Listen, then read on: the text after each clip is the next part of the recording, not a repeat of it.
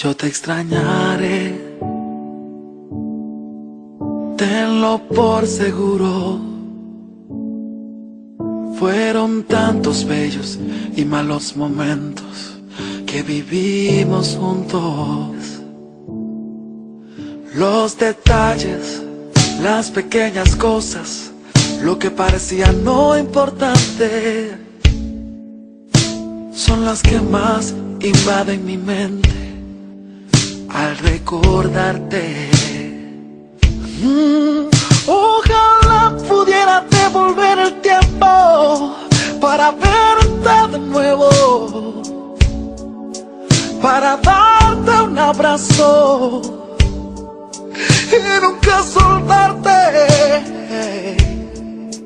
Mas comprendo que llegó tu tiempo, que Dios te ha llamado para estar a su lado. Así Él lo quiso, pero yo nunca pensé que doliera tanto. Ya no llores por mí, yo estoy en un lugar lleno de luz, donde existe paz, donde no hay nada, donde puedo descansar. No llores por mí,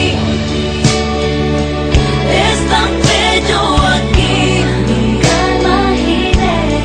Quiero que seas feliz, que te vaya bien, y cuando te toque partir, espero verte aquí.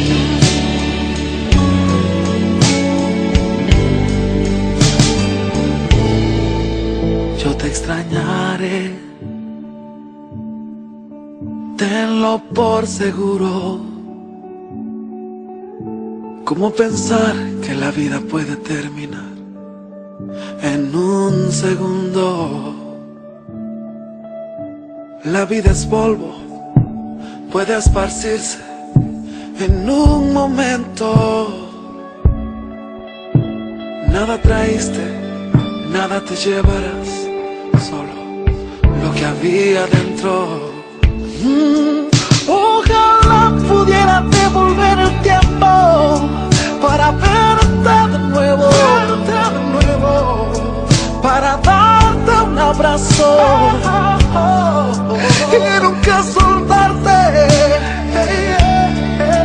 Mas comprendo que llegó tu tiempo, que Dios te ha llamado